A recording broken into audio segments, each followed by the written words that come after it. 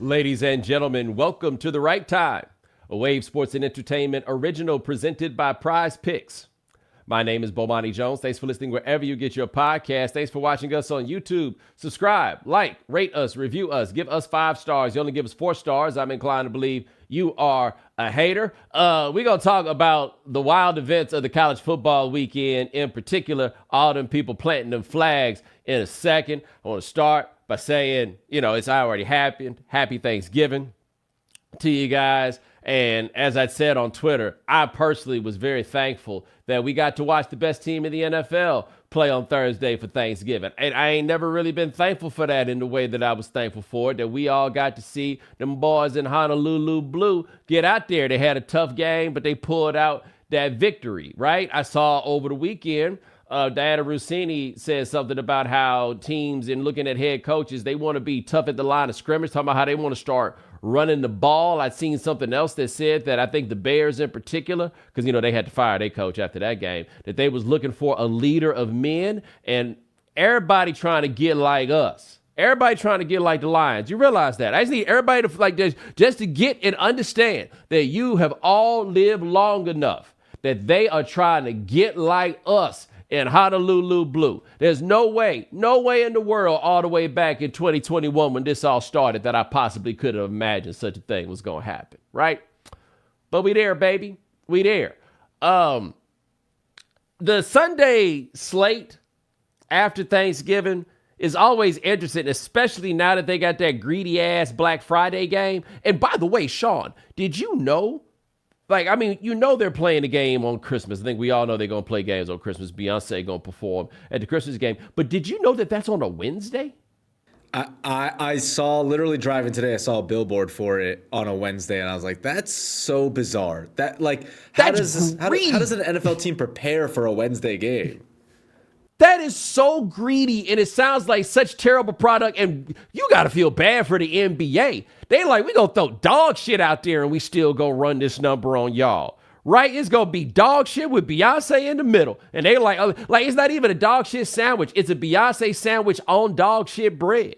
And plus, given Netflix's history, the fact that they think that they're ready and equipped to handle an NFL game and a Beyonce show is going to be disastrous. That's right. So there's a lot going on there. But anyway, by the time you get to Sunday, it's kind of metaphorically similar to the leftover game, right? I understand that some of y'all, for a Thursday meal, by Sunday, you have thrown the leftovers out. Can't everybody afford to live like that? But by the time you get to Sunday and you're looking at the games, it's like you going through the refrigerator and you're like, oh, damn, I didn't know we had any dressing left. Right? I thought all the dressing was gone because, I picked off so much. We done picked 4 games off of it. That 1 o'clock slate, the only game that I found to be worth watching was the Steelers and the Bengals. And I watched that, and it seemed to be another classic example of your boy Joe Burrow. I was a little skeptical of how this Burrow thing was going to go early. And, of course, Burrow was playing hurt, and Burrow hurt. The way it goes for him, the hurt Burrow doesn't happen. Dog, he and Jamar Chase, because I feel like I think as good as Joe Burrow has been between his last year at LSU and what we've seen in the NFL, it's been excellent in a way that none of us saw coming, and all of that has happened with Jamar Chase. And I just don't want to take credit from either of them in the course of this. But Joe Burrow, you give Joe Burrow some form of the Avengers. Can't everybody do what he's done? I want to be clear about that. But that boy Chase, a monster. Anyway, he was playing against the Steelers. It wasn't the best game he's had. He looked fairly monstrous, but your boy Russell Wilson jumped in the time machine. I can't believe what these Steelers are. They got a 2-headed quarterbacking attack where sometimes they need the short plays, and they go get the big quarterback to spell the little quarterback, and he go out there and he run the ball on the option to get that first down to seal it all. Mike Tomlin, man, ain't nobody ever done it for the people the way Mike Tomlin's doing right now. I ain't gonna lie to y'all. I think I told y'all. I was like, damn, you got the black coach and you got 2 black quarterbacks. Boy, you bringing a lot of heat to yourself. What the Steelers record now? What is it, 9-3? It better be 9-3 if you're going to decide to do that. Mike Tomlin is probably the coach of the year this year. And I don't think people realize, nothing say, put it all on me. Like, not just getting 2 quarterbacks, but quarterbacks that look like quarter bums in the last couple of places that they had been. Shout out to you, big dog. I see you. But anyway, we didn't have a good game. We really didn't have the afternoon slate that was on hit. Unless you enjoy watching the Jets lose. Sean, I did not realize this. They have now lost to former Jet Sam Darnold and former Jet Geno Smith. And I believe they took an L. No, it's the Giants that took the L to Saquon Barkley. He was not a former Jet. My bad. But you have Geno Smith, who rarely posts anything on social media, posts something after that win against the Jets, and you're just like, he wanted it just as bad as probably Darnold did, you know? They wrote him off, but he didn't write back.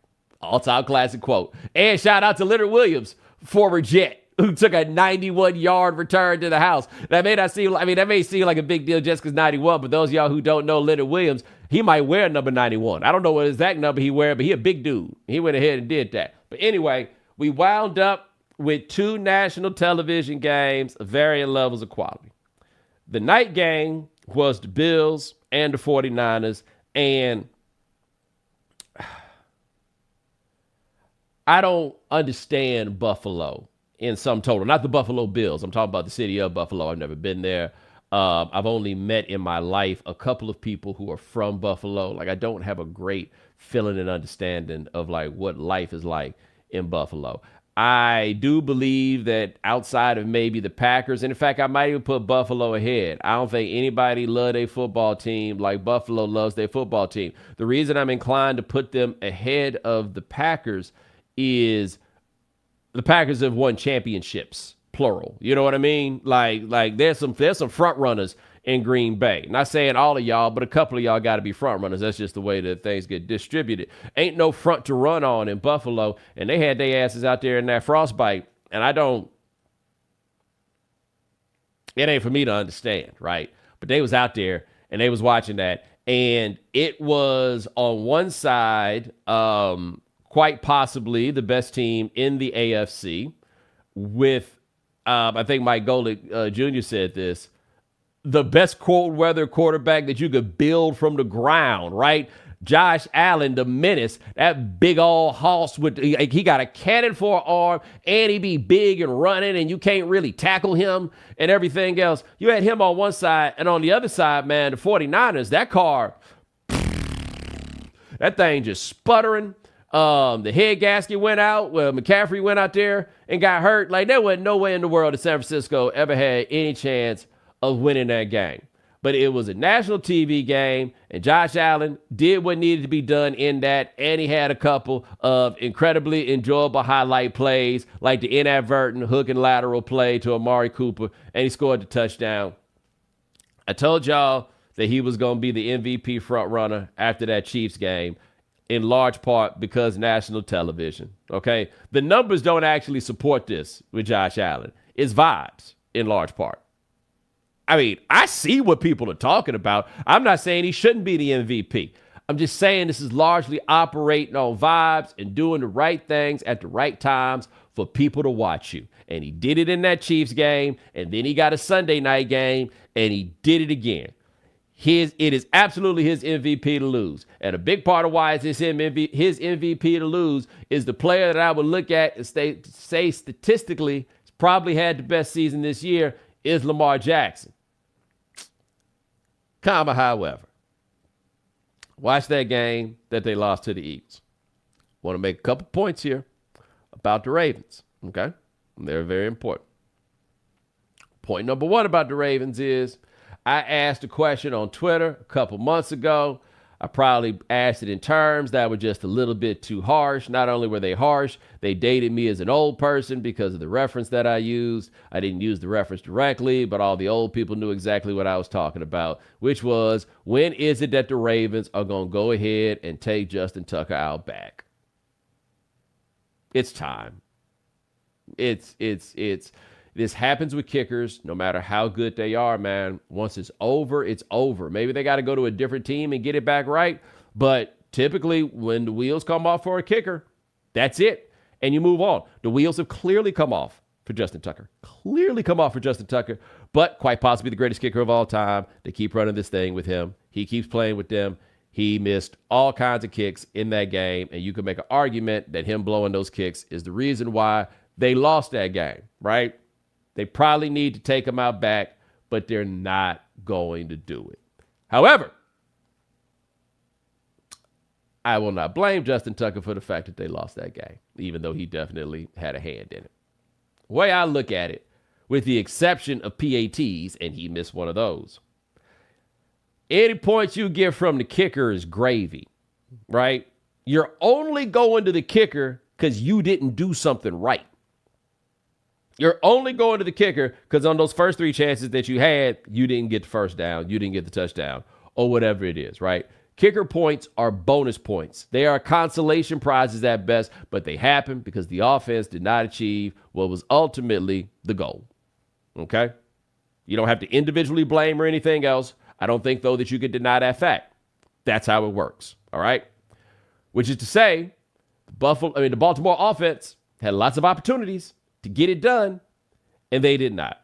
And what they look like, and this is an offense that by DVOA has looked like one of the 10 best offenses through this many games in a season of all time, right? This is an offense that when it's rolling and we've watched it, they look absolutely unstoppable. And it feels like an offense that when I watch them in a game of this level of consequence, right? Playing against a team the same caliber as them, like a team like the Eagles, that rhythm don't look the same. And it looked like a lot of Lamar Jackson dropping back, not being sure what he saw.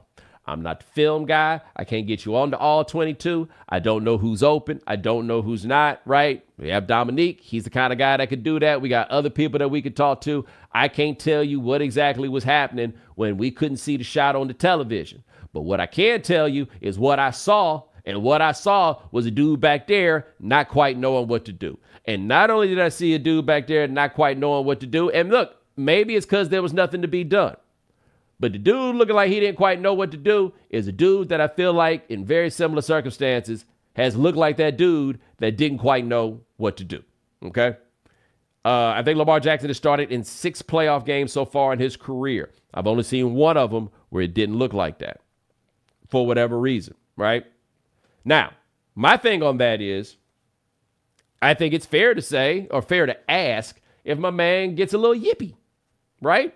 Yips happen. In team sports, we have a tendency to use this as a condemnation, but it happened to everybody every now and then. Like, I'm sure there are times later in his career where it happened to Tom Brady, right? Some people it happens to more than others where it becomes a defining characteristic of who they are.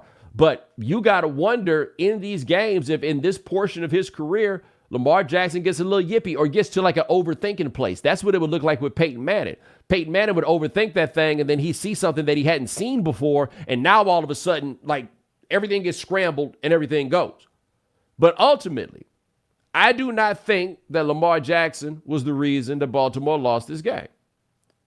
I also don't think that he was the reason that Baltimore won this game.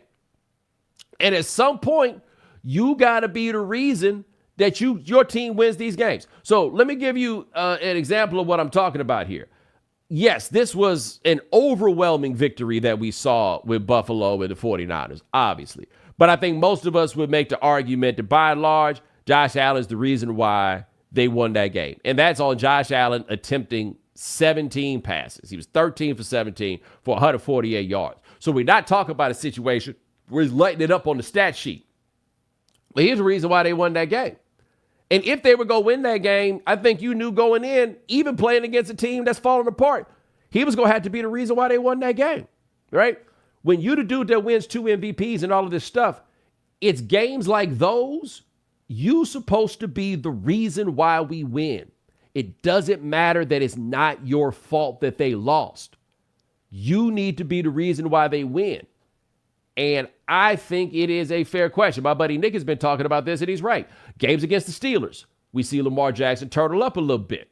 Games against the Chiefs, We have seen him turtle up a little bit. Not all of them, not every single one, but we've seen him turtle up a bit. It looked like he was turtling up a little bit in his last game that we saw. And bottom line is, to be that guy, you got to be that guy. I understand that sounds like very simple logic, right? But you know exactly what I'm saying, right? Be that guy. You got to be that guy. When is that going to happen, like, for real? And I think it will. I don't think it has, though I do think it will. With Peyton Manning, it took him a long time. I want to say that for Manning, it was in year 8. Yeah, it was year 8.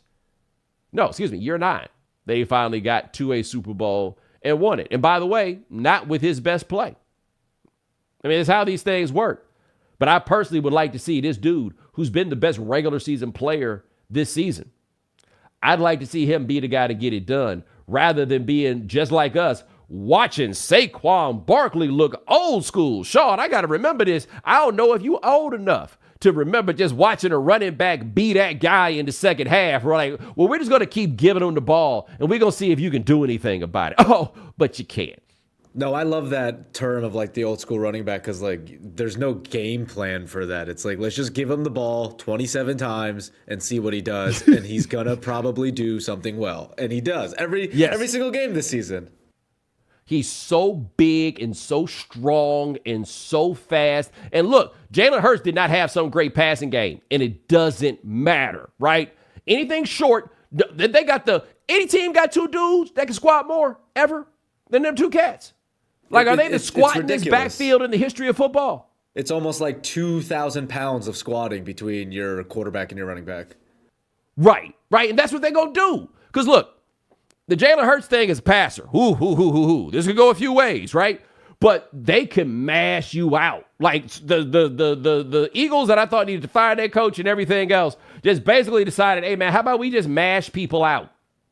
Both sides of the ball, right? We rolled the dice on Jalen Carter. It worked. He's a monster. I saw something that said that he got the longest streak of consecutive plays for a defensive tackle since 2021. So that means that big, ornery, giant, fast beast is also got perfect attendance.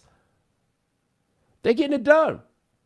And now the argument going into this year was like, we won't be able to say Lamar doesn't have the weapons. And you can't. They got players. They got dudes for him to get the ball to, right?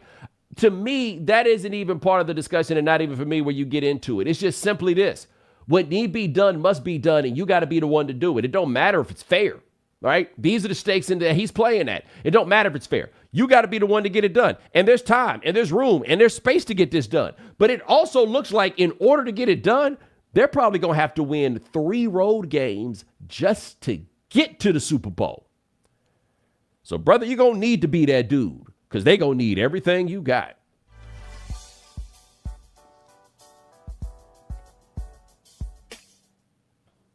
All right. Fascinating college football weekend this weekend. It even started on Friday with Georgia was out there playing against Georgia Tech in a game that, honestly, man, I decided to go to sleep on, and it went into a zillion different overtimes. Nobody seemed very happy about the way the game ended. Honestly, I don't even necessarily know how it is that the game ended. All I'm saying is, this Georgia ain't the Georgia that we've been seeing when they going down to the wire at the crib to Georgia Tech. Like, let me tell you what Georgia Tech is overwhelmingly. Not entirely, but overwhelmingly. Bunch of dudes that didn't get offers to go to Georgia. Like, that's how that works. And a bunch of guys with good grades. Good grades. Like, that's what's going on over there. They pushed that, man. But then we got to Saturday, and all hell broke loose on Saturday. And I think, and it's just something that worth considering. Like, if you're a college football coach, and I don't know how you do this necessarily. I don't know how you make your team go Amish, but you got to start, like, getting a hold of these phones, because clearly these kids is watching what's going on all through the day, and it's inspiring their behaviors and what they doing. Like, in some of these cases, I don't even necessarily know how this happened, because it felt like all in one day, everybody was like, we gonna plant the flag. In one day. We saw it we count the games that I feel like we saw a flag or flag-like substance. Arizona State was a flag-like substance. They stuck a fork in the ground to commemorate their victory against Arizona at Arizona. We saw Carolina and State, where State put the flag out there, and they got a little tussalicious about that right there. Texas and Texas A. Let me take a moment right fast.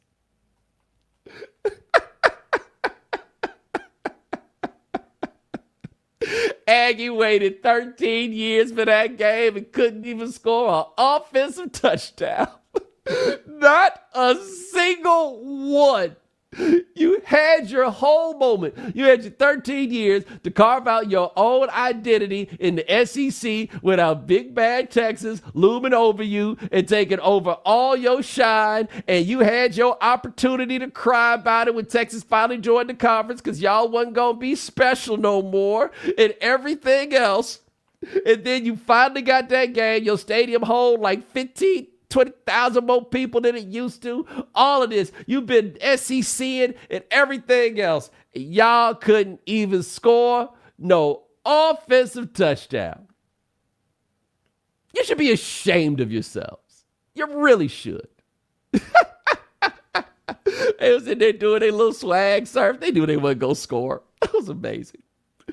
Whew. Just your friendly reminder, I can stop rooting for one team, but I'll never stop rooting against one. Hell no.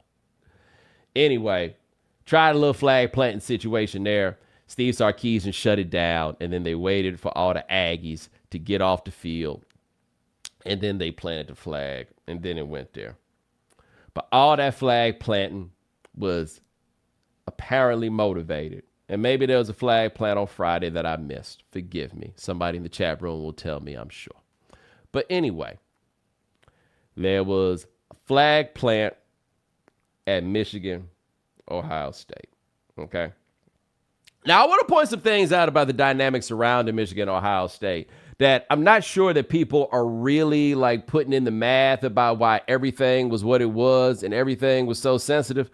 So obviously, this to me is the rivalry that matters the most to the people involved within college football. I think this trumps Auburn, Alabama. I think this trumps Texas, Oklahoma. This trumps Georgia, Florida.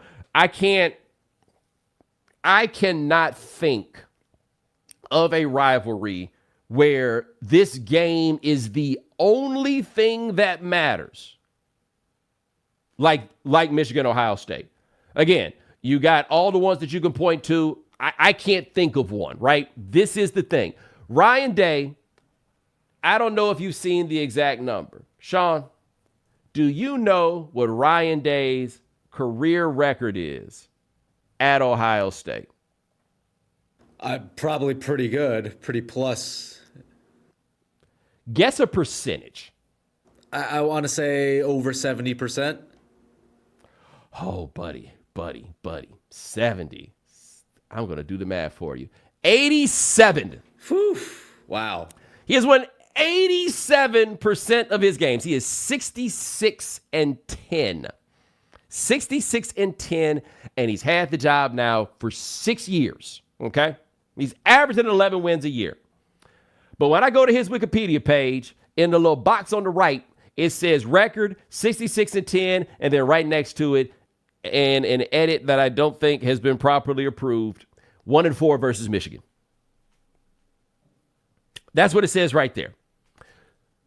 The 4 is important because the 4 is 4 in a row, which is to say Ohio State has a roster full of guys who have never beaten Michigan.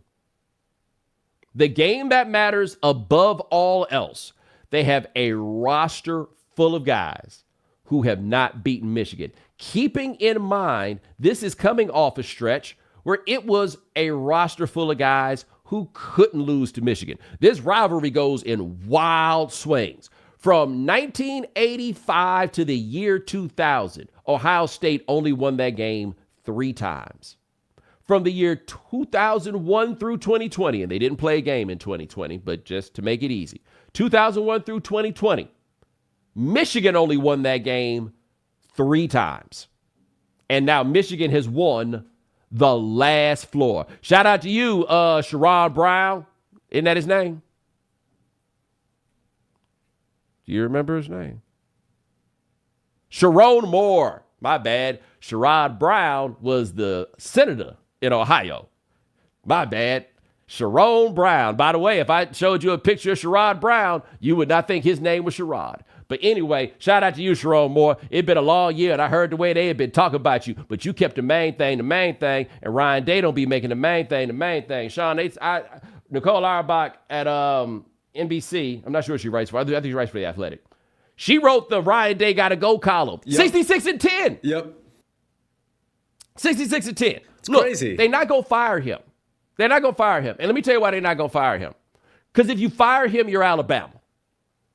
And nobody wants to be Alabama in that way. Now, look, in order to be Alabama in the other way, you got to be Alabama in that way. But that is when you say we are Alabama. I don't think we're going to do that. I watched them keep Cooper for 13 years. People say it's a whole different time. Yeah, but you can't fire 66 and 10. Like, firing 66 and 10 makes it really hard to get somebody else to take your job, okay? I don't think they're going to fire him. But that's the stakes. That's how big a game this happens to be.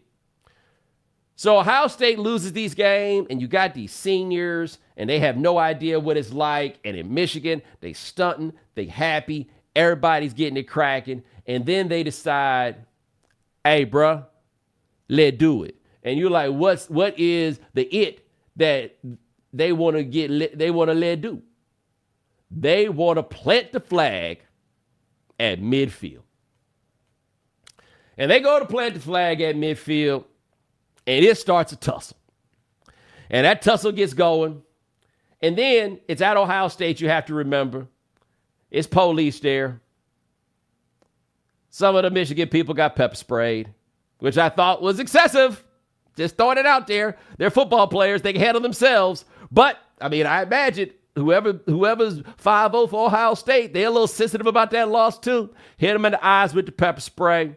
So they got it done, and then the flag was still there on the field. And then Jason Avant, who used to play for the Eagles and played at Michigan, is now a sideline reporter. He tried to pick the flag up. Some players, he a civilian. He ain't in no pads. Players at Ohio State started pushing the dude around. They went too far on that. They started pushing the dude around or whatever. But he wasn't going to let that flag stay there.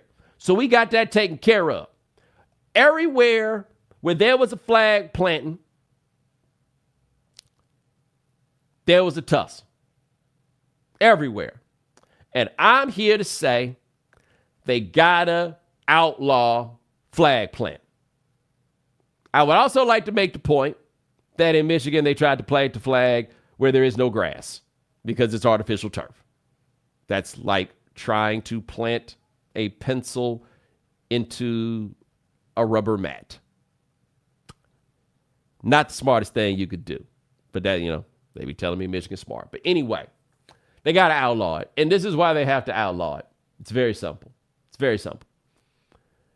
Unless fighting is allowed, you have to outlaw anything that is guaranteed to start a fight. Right? And if you try to plant the flag, we got to fight. We all agree with that, right? We all agree with that. If you are on the other team and you watch somebody plant the flag, are you not obligated to fight? Like, is that not abundantly clear right then and there? You can't be seen allowing this flag to be planted. You have to fight right then and there. But you don't want them to fight. And since you don't want them to fight, you got to ban the practice. Now, I have seen people make the argument that if you don't want them to plant the flag, then you should have won the game. Okay. Well, where's the line on that? Where does that stop? That feels like a slippery slope. Do I have to let you holler at my girl too?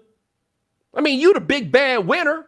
You get to do whatever you want after this. There's no level of disrespect that I do not get to enforce against just because I didn't win the game? Do you get to spit in my face too? I should have won the game and then he wouldn't have done that? Do you hear how that sounds? Look, no, you had the whole game to fight. No, I didn't have the whole game to fight. We was playing a motherfucking game. We wasn't allowed to fight during the game. What are you talking about? We can't no more. What do you mean? We got this dude right here. I don't even know this. I almost said that. I don't even know Buddy's name, but he's from Michigan. Sean, go ahead and run that. What's going through your head right now? Yeah, it was for such a great game. You hate to see stuff like that after the game. That's just bad for the sport, bad for college football. But at the end of the day, some people gotta learn how to lose, man. You can't be fighting and stuff just because you lost the game. All that fighting. We had 60 minutes. We had 4 quarters to do all that fighting, and now people want to talk and fight. That's wrong. It's just bad for the game, classless in my opinion. And people got to be better. Son, they are not fighting because they lost the game. They are fighting because you try to play in their faces. Come on, man. Here's the thing about it. Every single person that has ever gone to plant a flag like that, every single one of them would be down to fight if somebody planted the flag. And not only would they be down to fight if somebody planted the flag, the whole reason that they want to do it is because it is the height of disrespect. And what have I told you many times about disrespect? Disrespect will not be tolerated. I see more people in the chat saying should have fought during the game and won. You dummies, if I fight during the game, we go lose. They give us penalties. We get suspended. What are you talking about? So basically, if I lose the game, you get to wipe your ass with my face. Is that what you're telling me? That doesn't make any sense. Everybody's obligated to fight. And that's why you can't allow this. It is intentional disrespect. It's just a flag. That's not the point. And you know that's not the point. You are being intentionally disrespectful. And this has to be shut down. I will also make this note. If you look at one of them angles of that Michigan-Ohio State fight, it's a dude from Michigan who wear number 91. And son, you don't want no problems with him. He beat the dog out of one of them Ohio State dudes. Oh my goodness. Like, whew. Good gracious. But no, man, I think everybody got to understand that. And you tell me I'm wrong about this. If you standing there on the field, and see, that's the other part too. Y'all got the option of waiting until after the game to do it. But that ain't what they doing. They try to do it in front of everybody. And on top of doing it in front of everybody, you knew the second you went out there to plant that flag, okay? You knew the second you went out there to plant that flag that there was a possibility that the dudes on the other team was going to come out here and try to fight you. Didn't you? Okay. But you did it anyway. Is that not implicitly saying y'all ain't about to do nothing? You can't tolerate that. You can't tolerate that. What else is being said in the chat? Somebody saying, we get to disrespect your logo. Who the hell are you to say what you get to do in my house? I say you don't get to walk in that room. That means you don't get to walk in that room. You don't live here. What are you talking about? Everybody's supposed to put up with the bullshit. You get to tell me what the bullshit is that I'm supposed to put up with. And by the way, this seems to be very clearly an across the board rule. You just don't do this, and you did it intentionally to be disrespectful. Here we go. Fight during the game is obviously not about real fighting. They tried the other fighting. They just lost. Sometimes you lose a game. Like, it ain't like the boys wasn't trying. They just lost. And since we lost in honest competition, you get to treat me with disrespect. Please, that's preposterous. Yes, I will defend everybody that decided they're going to fight. In these games, by the way, that you spend, in most cases, an entire week, but in some cases, an entire year ramping everything up for, and I'm supposed to stand here and allow disrespect. Please. Now, I would say, if you're Ohio State, you need to win the fight when you try to fight over the flag thing. Because, again, I saw y'all catch some destruction. You know, you got to win one of the fights. You do. But they gotta stop. They gotta outlaw it. It has anything that obligates you to fight. Think about this. All the things that are just immediately, you can't do that. All the things that are full on, that's against the rules. Every single one of those things are all things that obligate the opponent to fight. That's right. That's how that works. All your personal fouls, all your flagrants, all your everything else. The winners. I can't believe that y'all believe that winning a game means you get to do whatever the hell you want. One of y'all gonna get shot acting like that.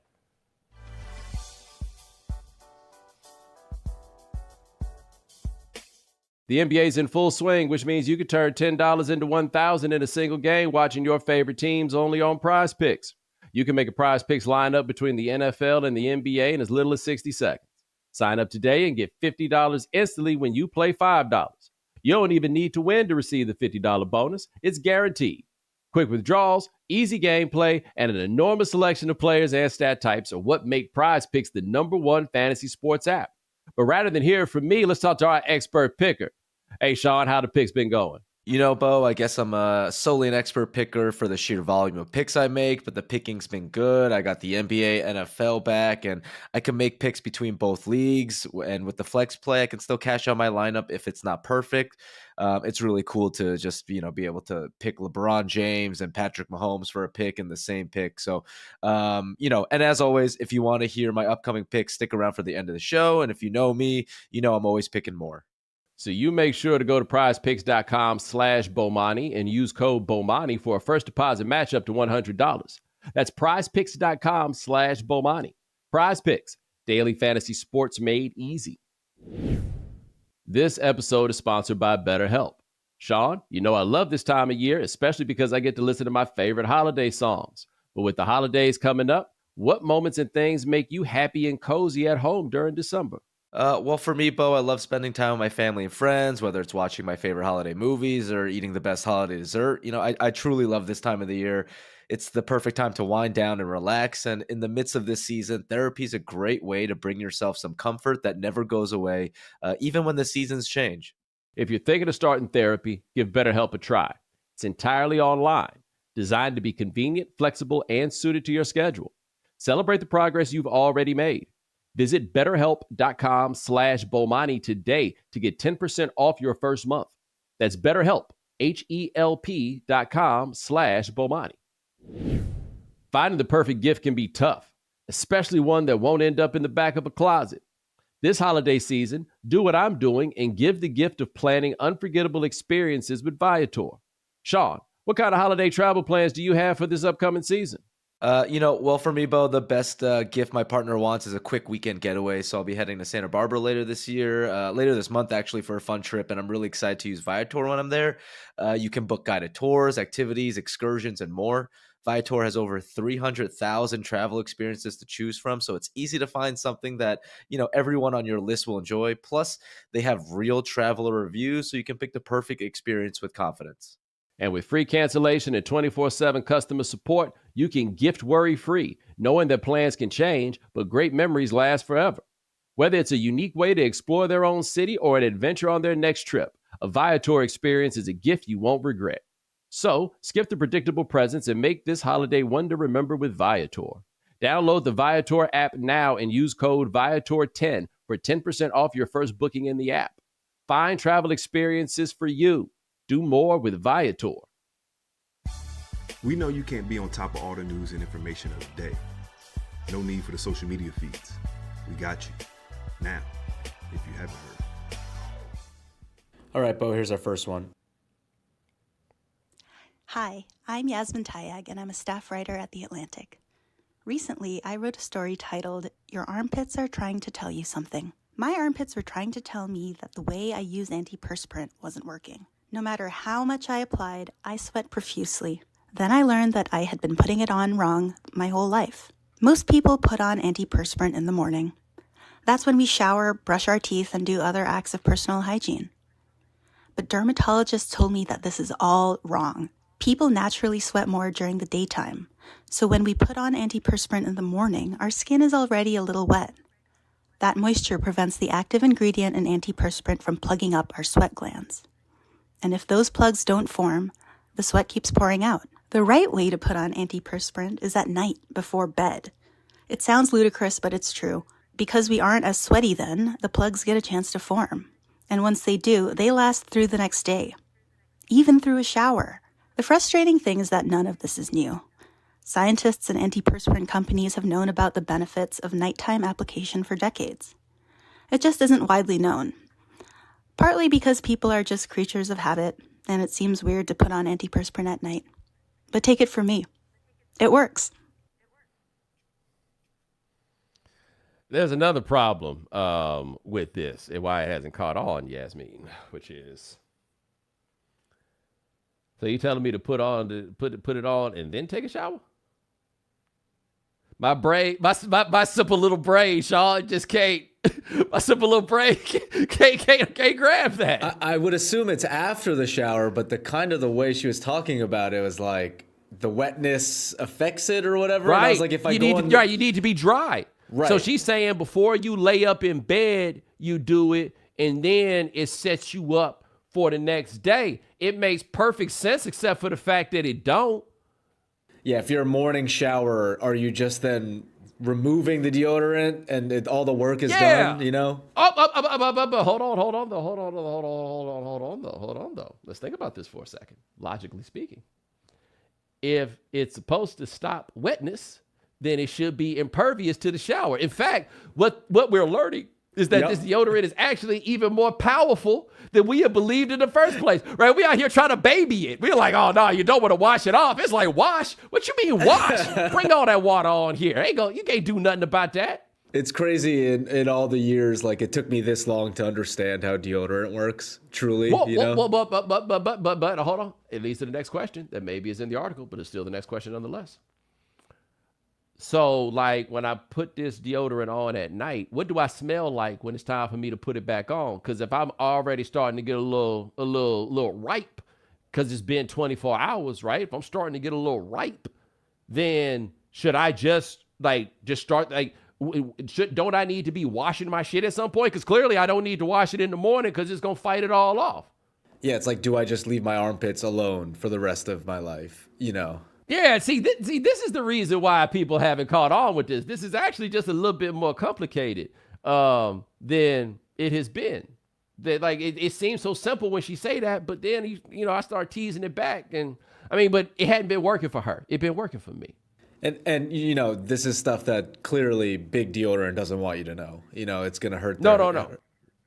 It's but I feel like it won't hurt because he just used deodorant the same. Use it once a day. Yep. Right. I'm gonna throw this out there though, because Yasmin said that it hadn't been working the way that she wanted it to, and then she tried this and she was in the right place. I'm gonna say this to the rest of you, okay?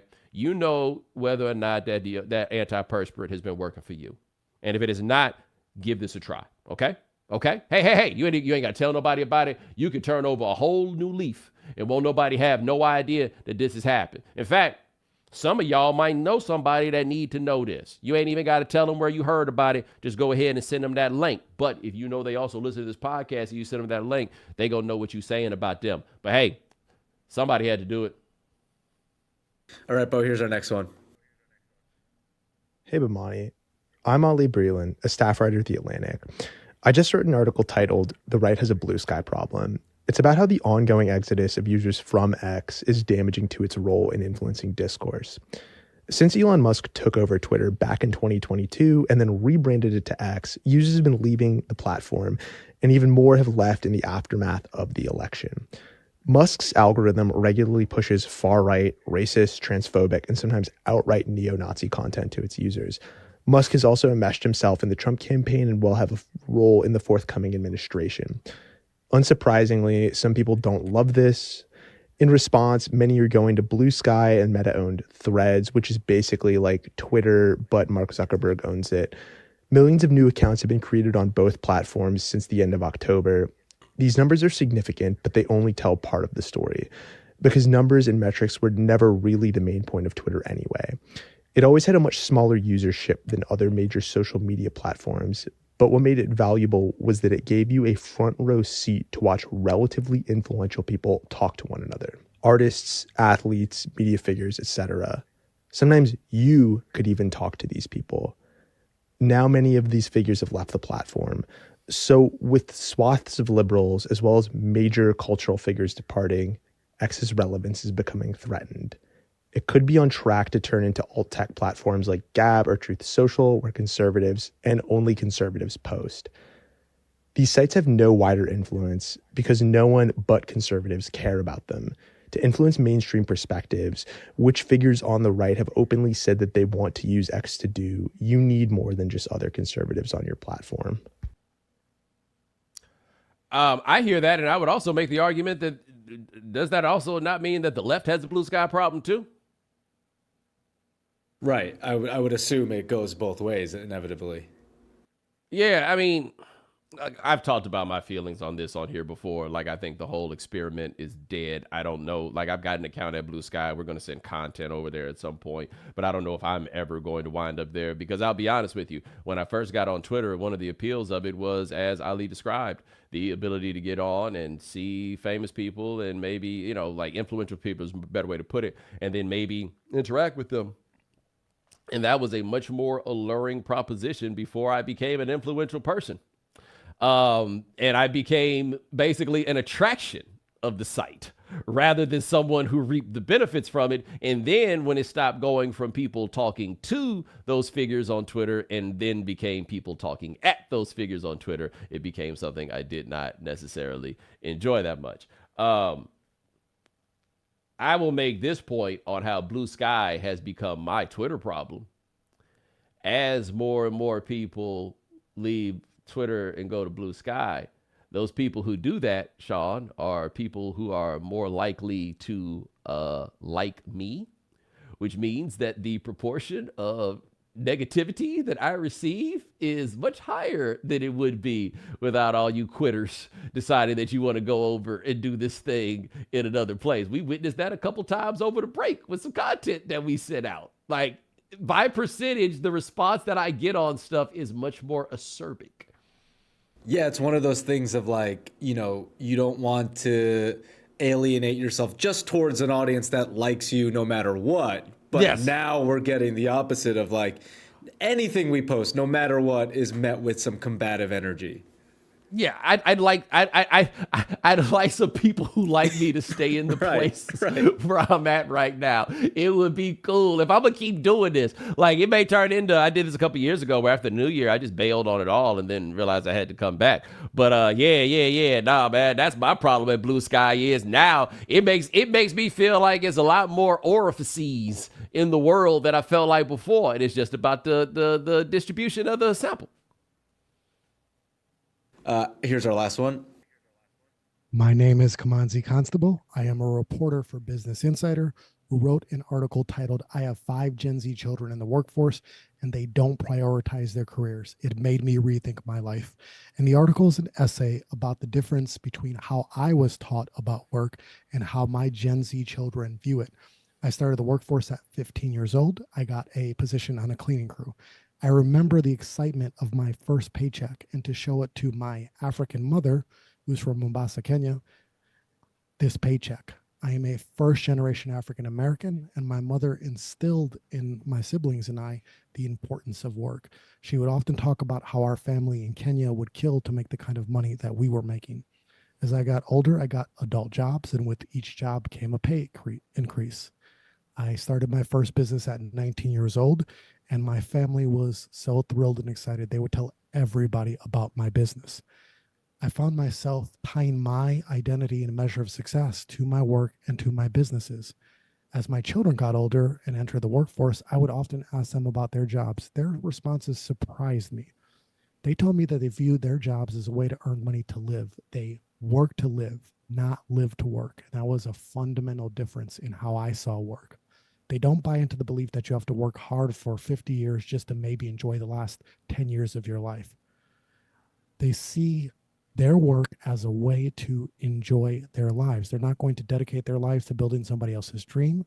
They're going to take all of the sick days and other benefits that a company offers and not see it as being a bad employee.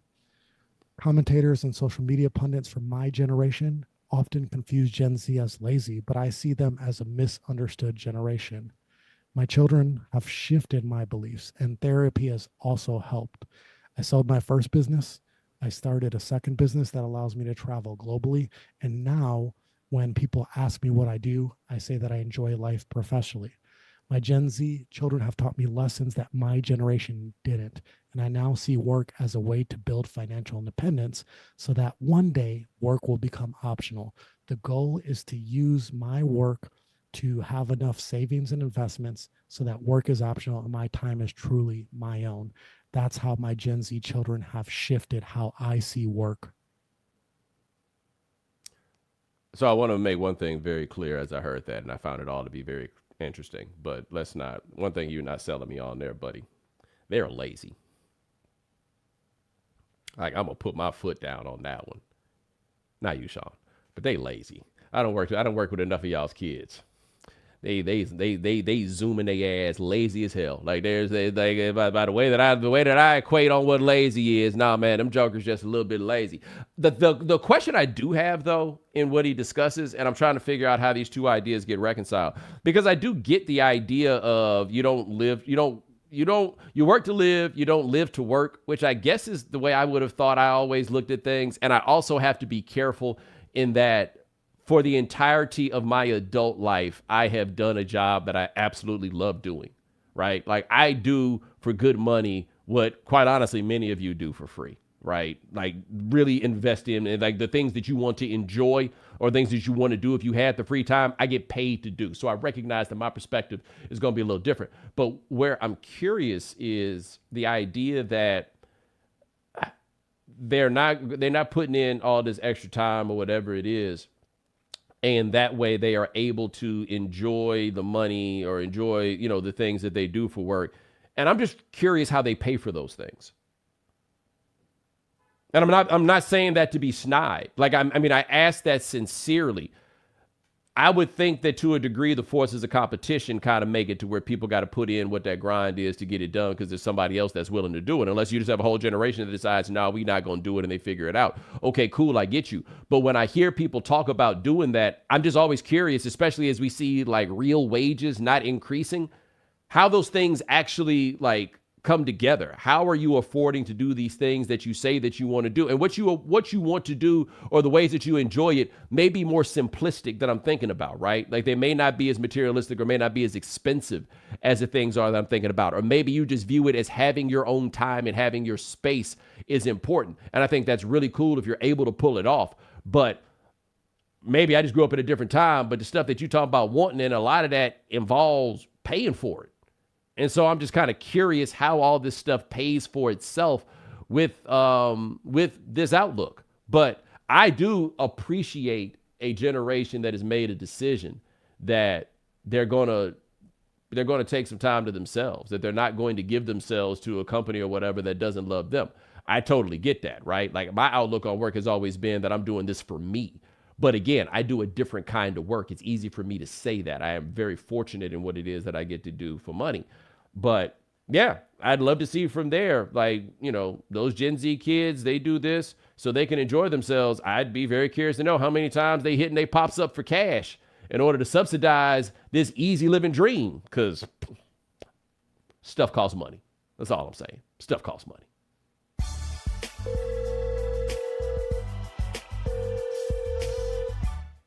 All right, Bo, we got 3 questions coming from you from the voicemail line. Here's our first one today.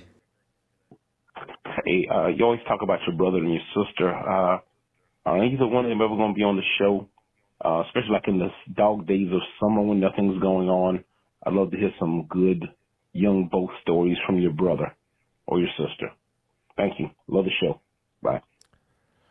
Appreciate that, man. Yeah, we did Ask Me Anything. I guess I forgot to mention that's what we were doing right here.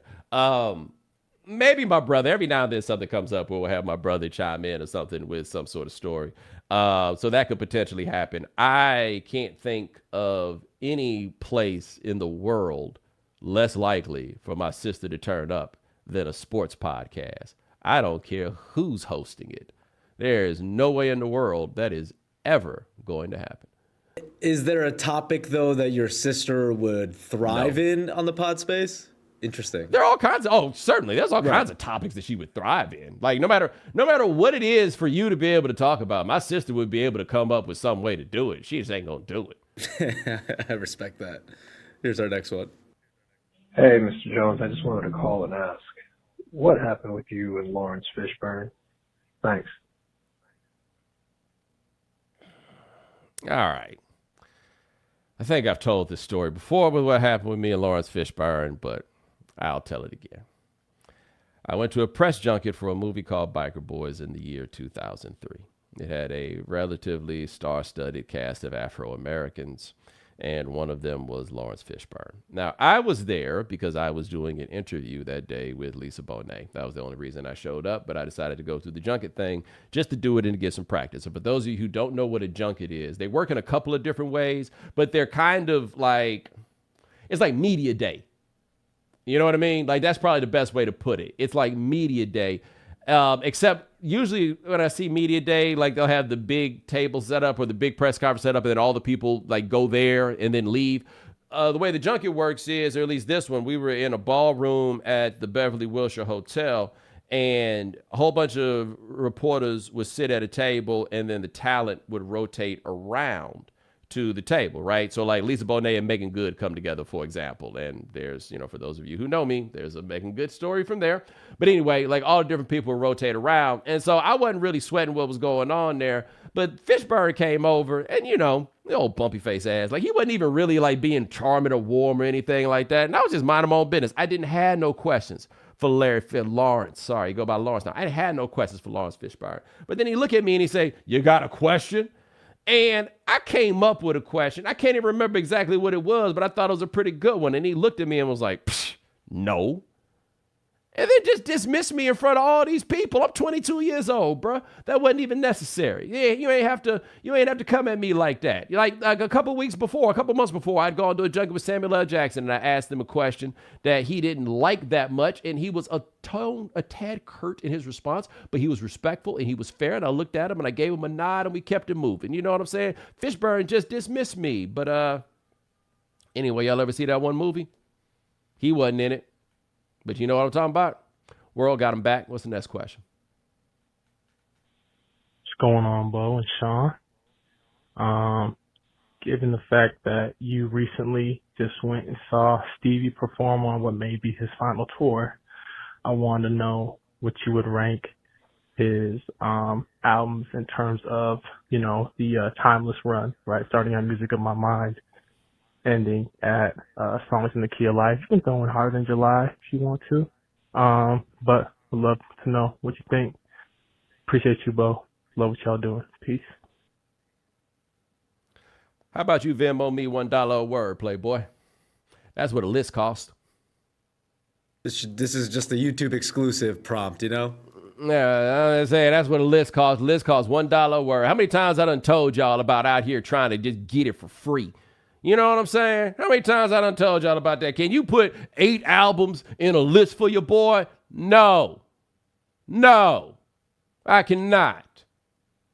Wow, Sean, I don't know if you've ever listened to the Evening Jones, but that is what this just turned into right fast. The Evening Jones, where I take my most dedicated listeners and I am mean to them every now and then. You just throw it right back at them, Yeah, man. Look here, I got to start ordering my food anyway, but Buddy know he was doing the most right then. You know what I'm saying? Starting with going to Hotter Than July if you want. Sean, that's 9 years worth of records. You would need knowing your love for Stevie and how much you appreciate his work. You would need a full week, I think, of locking this list down and really listening to every record. I take these things too seriously. Exactly. Like, I'm not good. If you ask me my favorite this or whatever, my brain is really going to try to go through all of this, and I almost like I'm locked into the answer. You know what I'm saying? Like, that's just kind of. I appreciate your question, sir. Sean, do you have prize picks for the people? Sure do. We got a thrilling Monday night football matchup between the Denver Broncos and the Cleveland Browns. I like Jameis Winston, 0.5 pass touchdowns. I'll take more there. Cortland Sutton, 66.5 receiving yards. I'll take more. And Nick Chubb, who's back and seems healthy, 54.5 rush yards. I will take more there as well. Somebody in the chat, by the way, said, first of all, somebody in the chat talking about the flag planting said, oh, so you can't slam the last domino when you play? That's not what we talking about, and you know it.